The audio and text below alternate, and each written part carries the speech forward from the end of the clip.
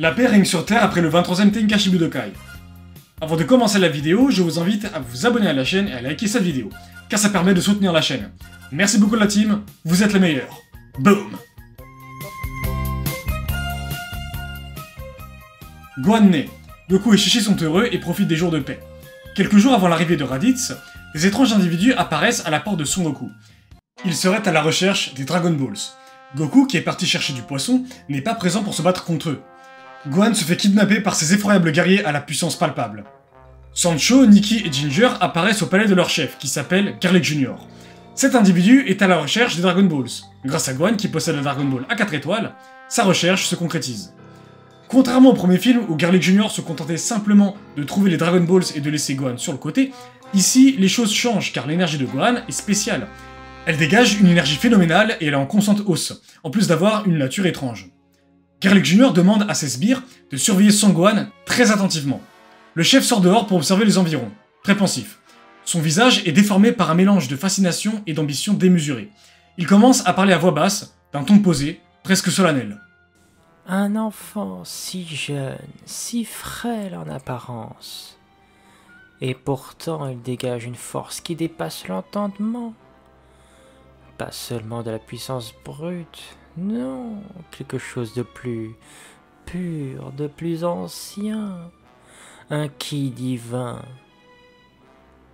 Les dieux ont osé semer une étincelle sacrée dans ce corps. Un simple hybride. Pourquoi lui? Pourquoi pas moi? Mon père a supplié pour siéger parmi les dieux. Il a tendu la main vers la lumière divine. Et ils l'ont repoussé. Ils l'ont traité comme un moins que rien. Moi, je ne supplierai pas. Je prendrai ce qui me revient. Les Dragon Ball me donneront l'invincibilité.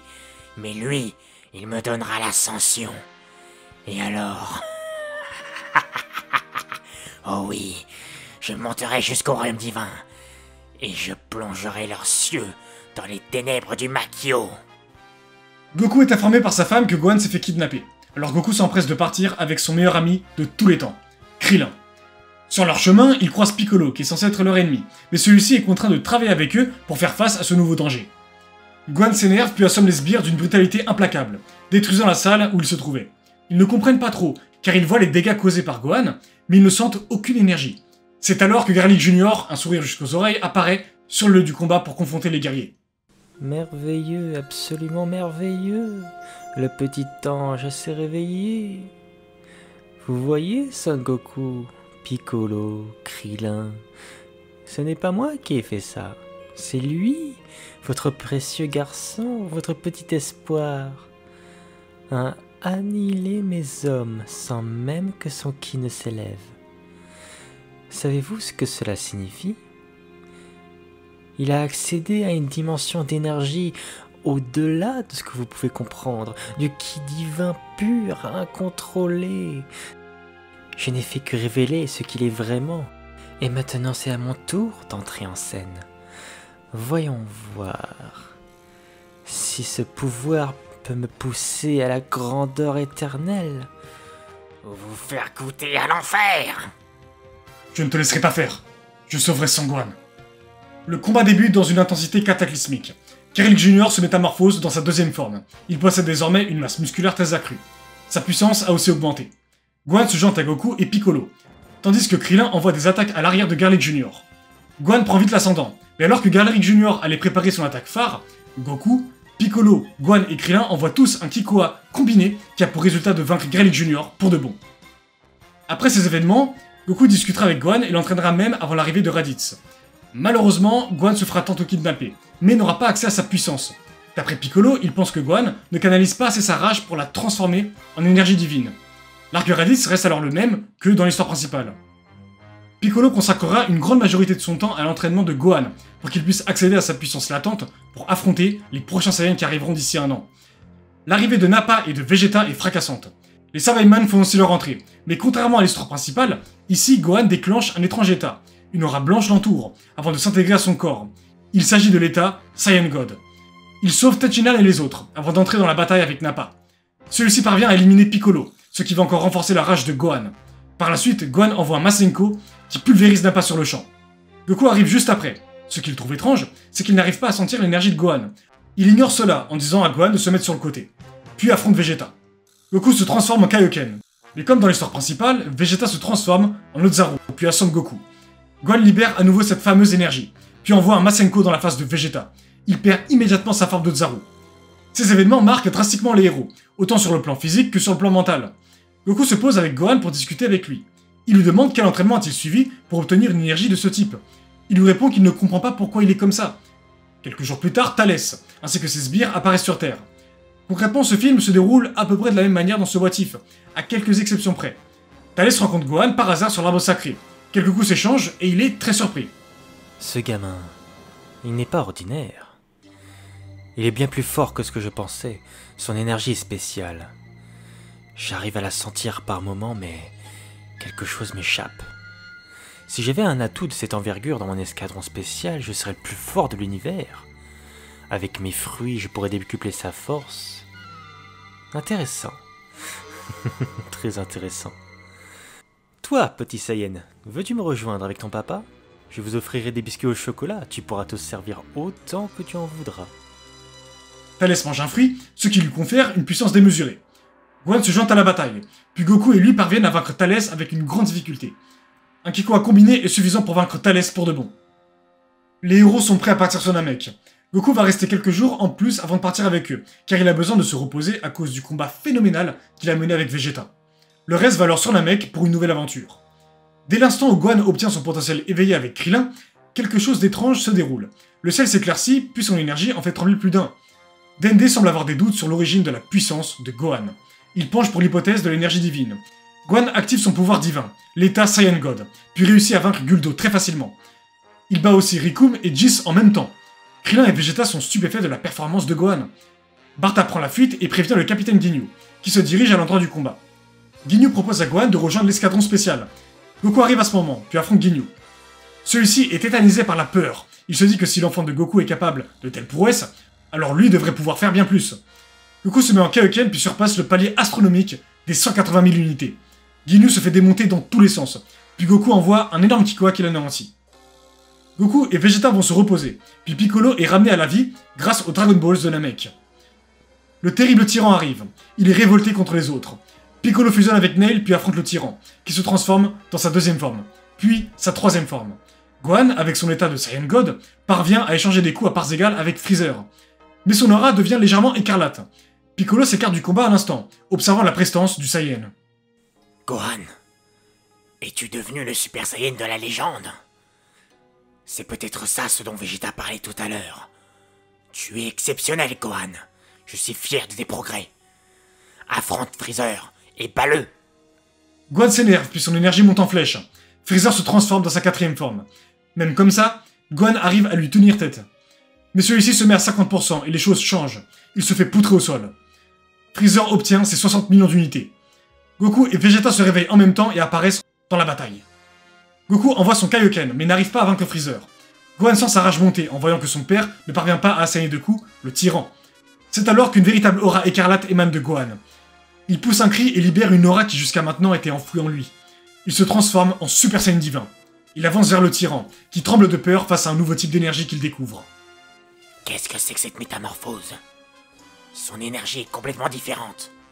Je ne peux même pas avancer le fait qu'il arrivera à vaincre ce tyran.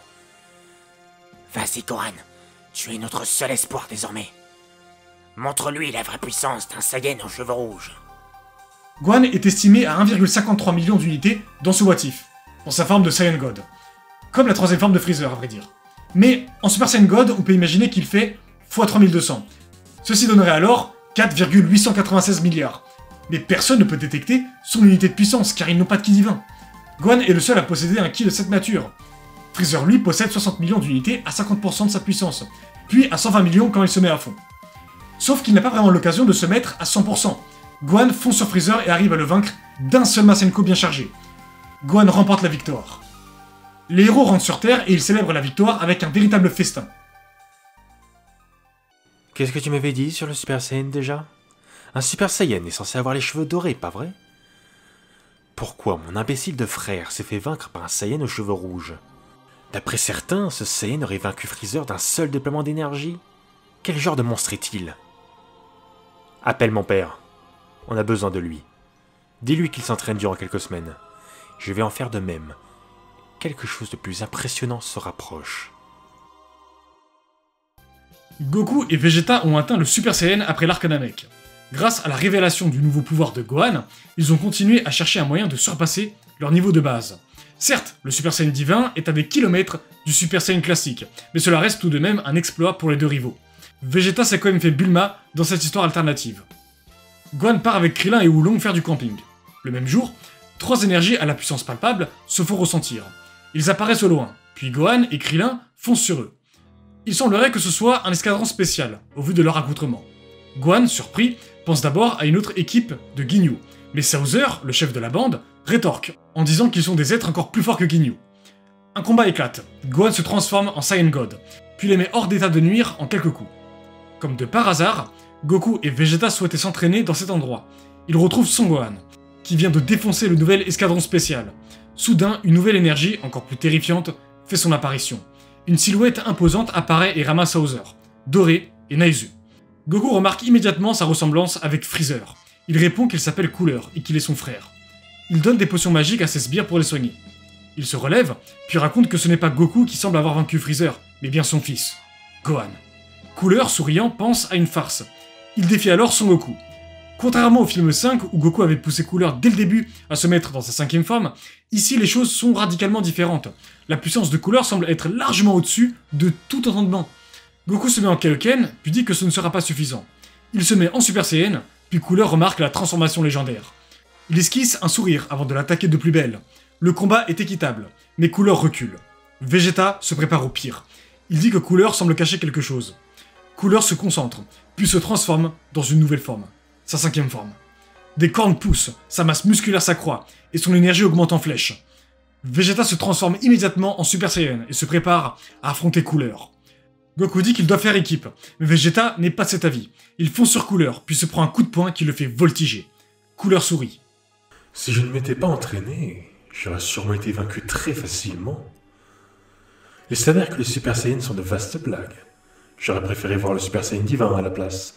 Ce serait ton gamin, Goku, pas vrai?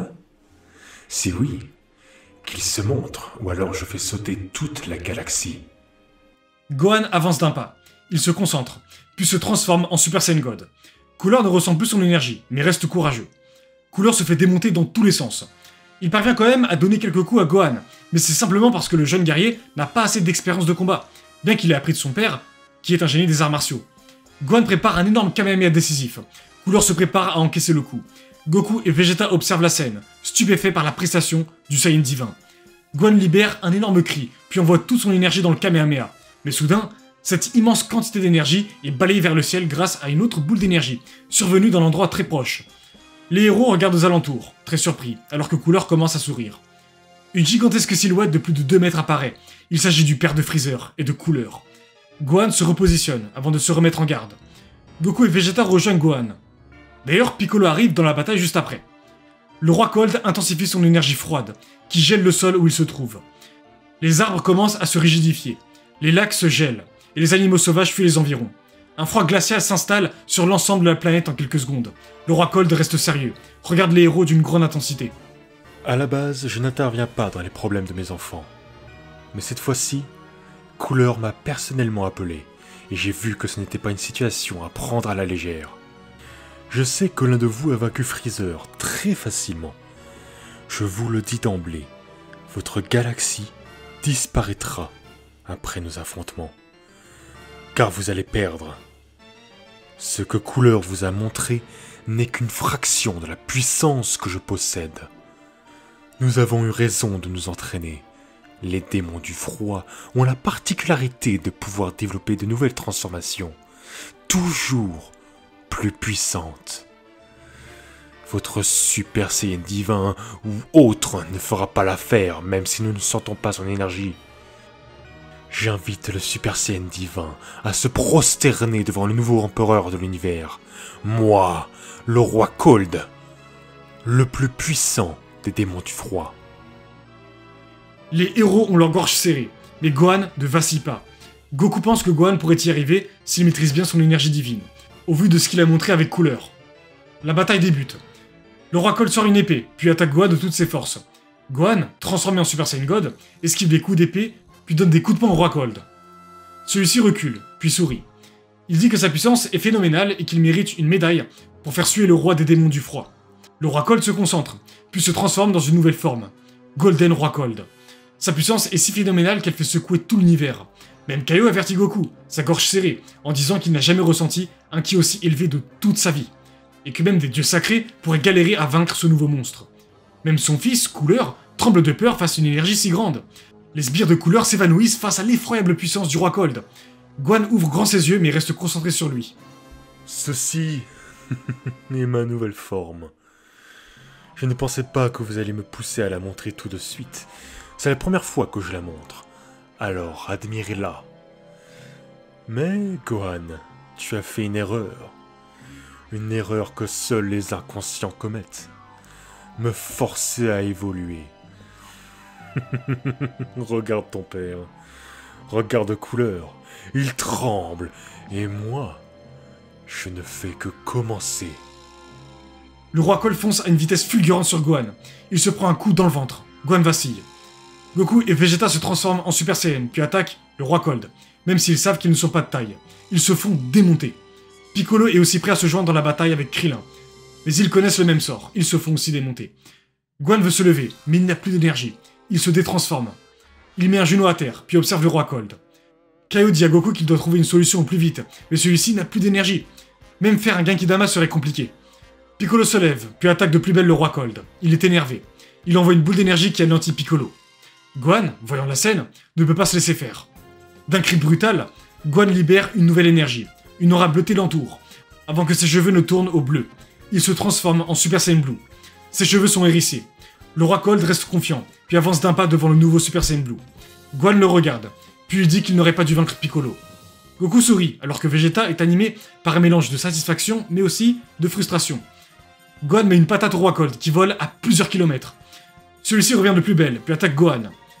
Des échanges de coups de poing ont lieu, mais Gohan a un avantage très net. Gohan prépare un énorme Makanko Sapo, la technique phare de Piccolo. Cooler se joint au roi Cold pour contrer cette énergie dévastatrice. Gohan envoie son attaque, puis le roi Cold se la prend dans le ventre. Cooler réussit à s'échapper, il fonce à son vaisseau pour s'enfuir avec ses sbires. Mais Gohan apparaît devant le vaisseau in extremis. Il envoie un énorme Kikoa qui explose le vaisseau, les sbires ainsi que Cooler. Gohan remporte la victoire. Piccolo apparaît juste après. Il a utilisé en fait la technique clonage pour duper le roi Cold. C'est une technique qu'il a utilisée dans DB Super avec Frost. Après ces événements, on aurait logiquement les cyborgs qui apparaissent.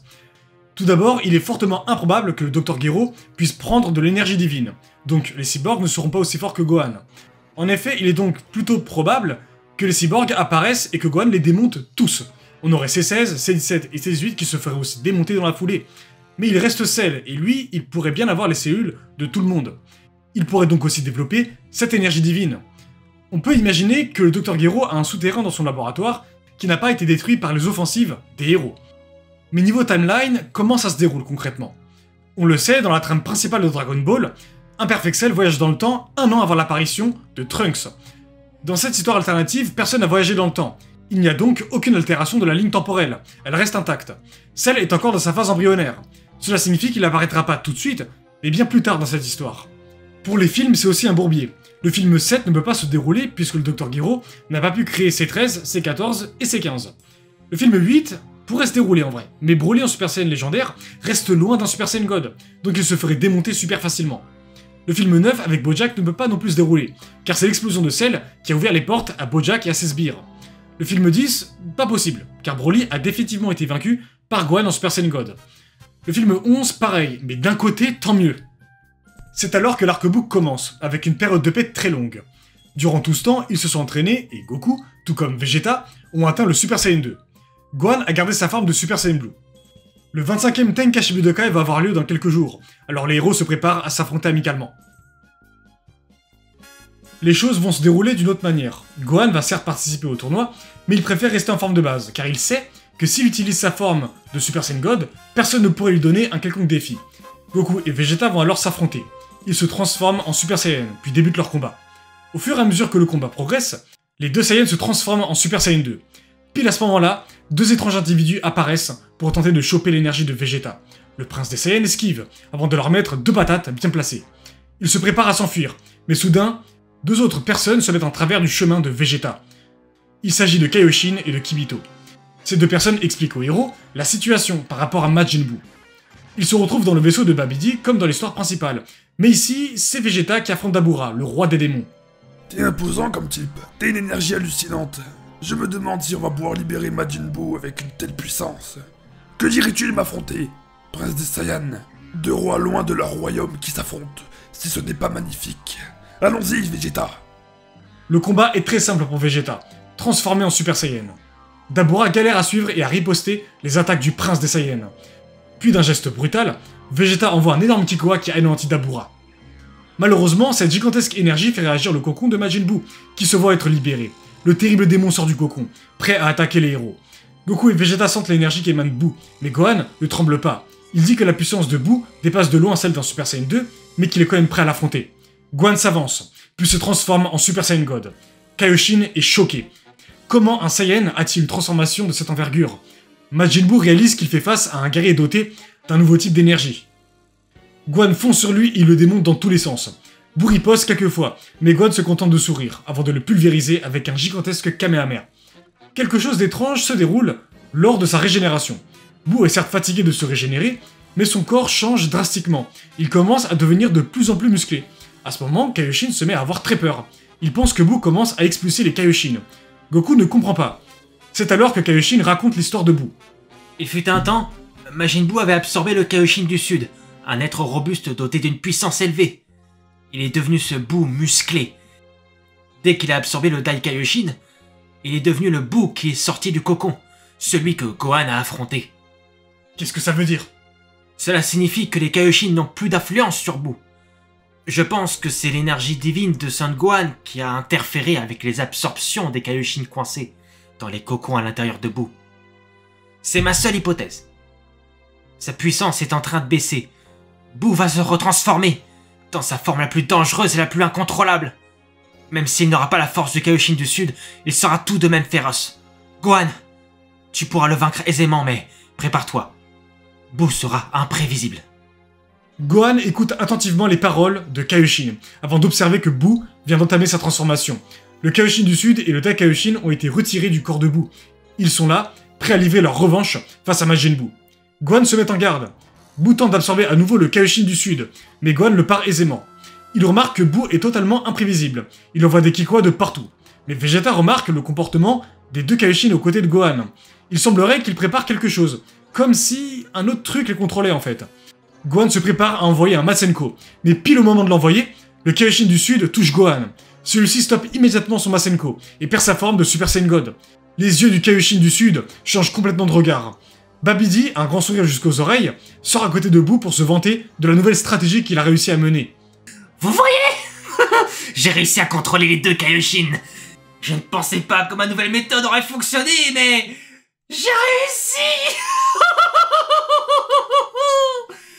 Sans votre Super Saiyan God, vous n'aurez aucune chance de vaincre Buu. Mon monstre, ainsi que mes deux nouveaux compagnons vont semer la terreur dans l'univers. Quand Buu m'a avalé, personne ne m'a sauvé. Pas toi, pas les autres dieux.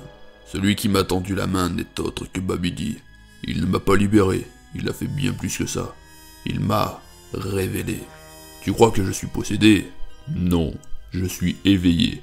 J'ai vu clair dans vos illusions, votre justice, vos promesses de paix. Tu es fort, Gohan, fort et droit dans tes bottes. Mais ta lumière, ta puissance surnaturelle ne sauvera personne ici. Tu n'es même plus en Super Saiyan God. Prépare-toi, Gohan. Ce que je vois surtout, c'est que tu t'es écarté de ton vrai objectif. Tu as cédé à la douleur. Moi, je l'ai transformé. C'est pour ça qu'on est différents, toi et moi. Goku, Vegeta et Krillin se préparent au pire. Ils sauvent rapidement Son Gohan de cette situation désastreuse. Babidi ordonne à Kid Buu d'aller affronter les guerriers. Kid Buu pense à absorber Gohan, car il sait qu'il a un nouveau pouvoir démentiel, un pouvoir surpassant de loin sa puissance initiale. Goku et Vegeta se transforment en Super Saiyan 2 pour affronter Buu. Mais le Kaioshin du Sud et le Dai Kaioshin se mettent en travers de leur chemin. Goku ne rigole pas. Vegeta esquisse un sourire, avant de leur dire de partir. Un combat éclate, les deux Kaioshin ont l'avantage sur les héros. Gohan est encore par terre, mais le Saiyan reste concentré sur le combat. Le Kaioshin de l'Est, donc le Kaioshin du côté des héros, lui explique en fait que le Kaioshin du Sud lui a lancé un sort qui immobilise son énergie divine durant quelques heures. Kid Buu apparaît en vif sur Gohan, puis l'absorbe. Il devient Buuhan. Les deux Kaioshin ennemis reculent avant de se mettre sur le côté. Mais dans la foulée, Buu absorbe le Kaioshin du Sud pour accroître sa puissance, laissant le Dai Kaioshin sur le côté, car il sait qu'il aura sa puissance baissée s'il l'absorbe. Soudain, ce nouveau Buu lâche un cri du démon qui fait secouer tous les environs. Kaioshin ne pense qu'à une solution, la fusion Potala. Il explique qu'il s'agit de la fusion la plus pratique, car il faut simplement mettre une boucle d'oreille pour chaque guerrier. Vegeta ne veut pas fusionner, mais Goku lui supplie, car l'avenir de l'univers est en grand danger. Mais ensuite, il fusionne pour donner Végéto. Buuhan le regarde intensément, tandis que Végéto se met à sourire. Même si Buuhan a la puissance du Super Saiyan God, le ki de Buuhan reste un ki classique, donc Végéto arrive à sentir son énergie. Végéto se transforme en Super Saiyan. C'est plutôt impressionnant, non? Tu ne t'attendais pas à ça, je parie. Je savais que la fusion allait être puissante, mais là, elle dépasse carrément le Super Saiyan God. C'est fantastique. Et je ne suis pas à ma transformation la plus élevée, tu sais? S'il te plaît, Buu, donne vraiment tout ce que t'as, car je vais pas te faire de cadeau. Allons-y. Végéto enchaîne Buuhan dans tous les sens, même si Buu riposte dans certains moments. Végéto envoie un Kikoa qui pulvérise Buuhan. Celui-ci se régénère. Buuhan met du temps à se régénérer. Végéto se dirige vers le Dai Kaioshin, contrôlé par la magie de Babidi. Il lui met une patate qui le met par terre. Soudain, Buuhan en sueur, se relève et se concentre. Il s'énerve en serrant les poings. Une aura bleue commence à l'entourer, puis Végéto montre un signe d'inquiétude. Buuhan dit qu'il peut faire péter l'univers avec les déploiements d'énergie qu'il fait. Buuhan libère une énergie bleutée, avant d'attaquer Végéto de plus belle. Cette fois-ci, Végéto se prend un coup dans la figure. Mais il semble avoir été surpris. Désormais, il est face à Buuhan, qui a l'énergie du Kaioshin du Sud, mais aussi celle de Gohan en Super Saiyan Blue. Végéto reprend son sérieux, puis se transforme en Super Saiyan 2. Leur combat est équitable désormais. Végéto envoie des high kicks que Buuhan encaisse très sévèrement, mais il continue à se régénérer. Végéto veut aussi sauver Gohan dans le ventre de Buu, mais il sait que c'est très risqué. C'est alors que Goten et Trunks apparaissent avec Piccolo. Les deux guerriers les regardent. Végéto leur dit de partir, mais Piccolo lance un regard à Végéto. Il lui parle par télépathie. Écoute-moi, Goku. Ah, Vegeta. Bon. Nous avons observé le combat depuis le Palais Céleste. Goten et Trunks veulent eux-mêmes sauver Son Gohan. Est-ce que tu pourrais les protéger avec un champ de force? L'absorption de Buu ne fonctionnera pas de cette manière. J'en suis certain. Végéto acquiesce et continue le combat. Goten et Trunks font exprès de se faire absorber par Buu. Végéto crée son champ de force pile à ce moment-là, ce qui protège les deux gamins. Il se retrouve à l'intérieur de Buu, puis se grouille d'aller chercher Gohan, et il le trouve. Il voit qu'il y a aussi le Kaioshin du Sud à côté de lui. Trunks s'en fiche, il retire le Kaioshin du Sud sans se poser de questions. Goten, lui, retire Gohan du cocon. Végéto remarque alors que Buu se met à se retransformer. Il comprend qu'il a été dupé. Végéto observe Buu en rigolant. Trunks et Goten sortent du ventre de Buu avec Gohan et le Kaioshin du Sud, qui est plus possédé du coup. Buu se retransforme dans sa forme originelle. Végéto se remet dans son état de base, puis il dit qu'il pourra le vaincre aisément. Buu s'engage dans la bataille avec Végéto. Mais là, l'écart de puissance est colossal. Végéto démonte Buu dans tous les sens. Il prépare un Final Kamehameha qui pulvérise Buu sur le champ. Piccolo attrape Babidi par surprise pour le pulvériser. Le Dai Kaioshin est par terre, et son comportement change soudainement. Il semblerait qu'il ait retrouvé ses esprits. En revanche, le Kaioshin du Sud est encore par terre, inconscient. Gohan se relève, il retrouve les héros, et est surpris de voir Végéto, un nouveau guerrier à la puissance surnaturelle. Goten et Trunks viennent faire un câlin à Végéto. Mais pile à ce moment, Végéto défusionne. Kaioshin est surpris, il pensait que la fusion était permanente. En fait, il y a quelques extraits de gaz émis dans le ventre de Buu qui se sont accrochés à Goten et Trunks. Lorsque Végéto est rentré en contact avec eux, le gaz a fait son effet. Il a fait défusionner les héros. Goku et Vegeta se retrouvent alors séparés. Les deux rivaux sont très contents. Mais pour Goku, c'est parce que la fusion leur a donné une puissance surpassant le Super Saiyan God. Et pour Vegeta, c'est parce qu'il est plus affilié à Son Goku. Mais bon. Le film 13 pourrait se dérouler quelques mois après la défaite de Buu. Hildegarde apparaîtrait, mais Gohan le démontrait très facilement avec sa forme de Super Saiyan God. À ce moment-là, normalement, Goku a atteint le Super Saiyan 3. Mais c'est aussi le cas de Vegeta. On le sait, dans Dragon Ball Daima, Vegeta atteint cette forme car il s'est beaucoup entraîné après l'arc Buu. Puisqu'il ne l'a pas dans le film 13, alors il pourrait l'avoir obtenu juste après l'affrontement avec Hildegarde. Justement, quelques semaines après le film 13, 3 personnes apparaissent au Palais Divin. Ce sont des êtres à la puissance palpable. Malheureusement pour eux, Goku et Vegeta s'entraînaient pile à côté et se dirigent de suite vers le Palais Divin. Goma, le roi du royaume des démons, reconnaît Goku et Vegeta. En effet, il les a vus dans sa télévision pour observer les combats avec Buu. Mais il pensait justement rencontrer Végéto, car il n'a pas vu la suite avec la diffusion du guerrier fusionné le plus puissant de tout l'univers.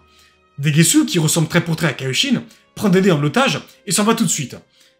Goku et Vegeta veulent les poursuivre, mais la brèche dimensionnelle se ferme aussitôt.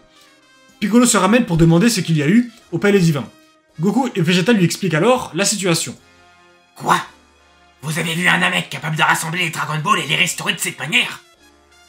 On a sûrement affaire au Namek légendaire, Neva. Il n'est pas à prendre à la légère. Mais que fait-il ici sur Terre? Normalement, il est censé rester dans le royaume des démons. Dende est en danger. Nous devons voyager dans cette dimension pour le sauver. Bulma prépare un nouveau vaisseau grâce à l'aide précieuse de Kaioshin et de Kibito, qui eux connaissent les matériaux pour créer une machine capable de transcender les dimensions. Après quelques jours, les héros sont prêts. Goku, Vegeta, Gohan, Piccolo et Krillin se préparent à l'aventure. Oui, j'ajoute Krillin, parce qu'il s'agit du meilleur ami de Goku, et qu'il faut le remettre en avant parfois.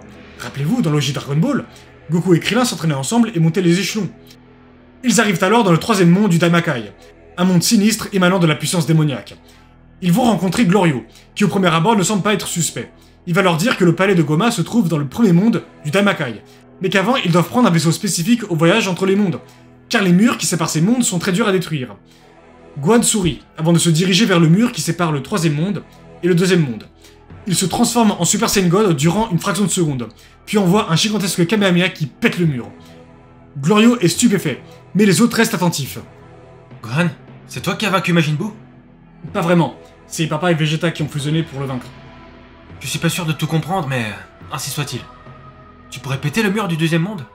C'est ce que je comptais faire. Tu es fantastique. Ils foncent dans le deuxième monde du royaume démoniaque, mais ils ne vont pas rester longtemps dedans. Gohan démonte le deuxième monde du Daimakai, pour arriver dans le premier monde où est détenu Dende. L'atmosphère change, les paysages sont de plus en plus démoniaques, avec de la lave à certains endroits. Ils arrivent devant le palais de Goma. Degesu sort pour aller voir ce qu'il y a. Il a super peur car il voit que les héros ont réussi à venir jusqu'ici.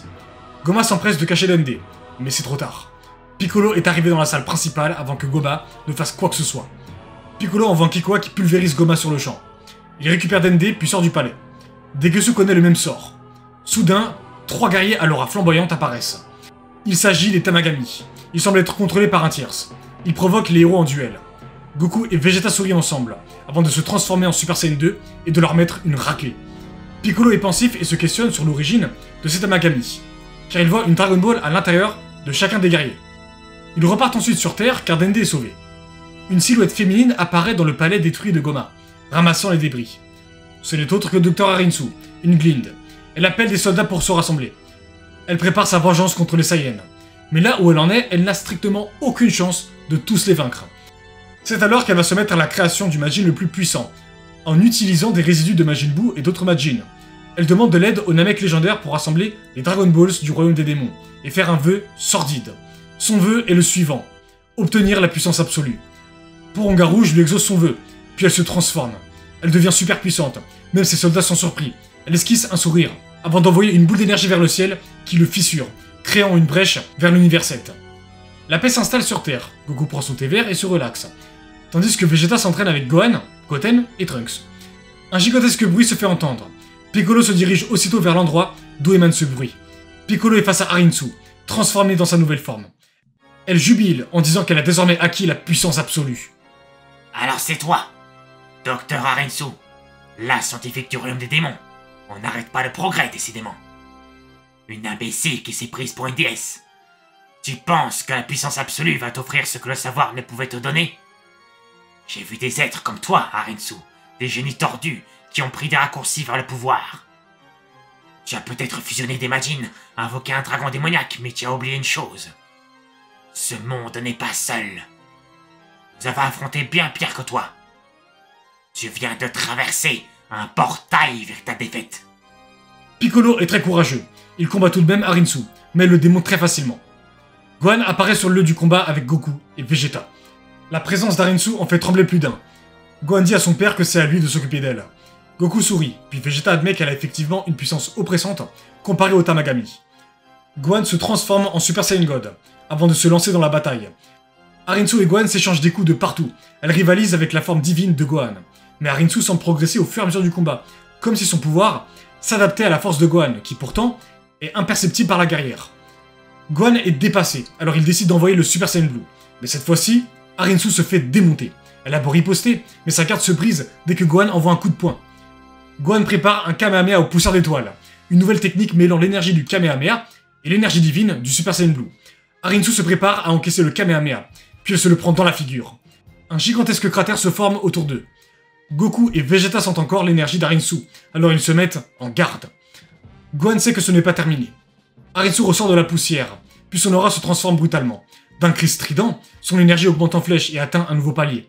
Désormais, elle se proclame comme étant la déesse de la destruction de son propre royaume. Goku et Vegeta, effarés par cette démonstration de puissance, se préparent à l'attaque, au cas où Gohan ne pourrait pas la vaincre. Elle attaque Gohan de plus belle et rivalise avec la puissance du Super Saiyan Blue. On sent qu'elle donne vraiment toute sa force, alors que Gohan, esquivant quelques coups de poing d'Arinsu, se met à sourire. Il la repousse brutalement, avant de préparer une nouvelle technique. Il dit qu'il s'agit du fruit de l'entraînement intense avec Piccolo. Il concentre toute son énergie dans son poing. Goku et Vegeta observent attentivement la situation, comme Arinsu. Les arbres, les plantes, les lacs leur donnent de l'énergie. Gohan rassemble toute cette immense quantité d'énergie avant de donner le nom de cette technique, le point Genki. C'est une sorte de Genkidama, mais concentré dans son poing. Il fonce vers Arinsu, puis lui met une patate dans le ventre qui la pulvérise sur le champ. Arinsu est vaincu. Gohan s'effondre au sol, car il n'a plus trop d'énergie. Goku le récupère, avant de le féliciter. Vegeta, lui, est alimenté par un mélange de satisfaction, mais aussi de frustration, car il sait désormais que Gohan a un niveau très élevé et qu'il va devoir s'entraîner plus durement. C'est ainsi que cet arc se concrétise. Mais l'énergie de Gohan et d'Arinsu a attisé l'attention de deux êtres au pouvoir accablant. Seront-ils capables de faire face à ces deux guerriers, qui sont même craints par les dieux sacrés? À suivre. J'espère que vous aurez aimé cette vidéo. N'hésitez pas à vous abonner, à liker et à commenter, ça me ferait super plaisir. Bref, à plus.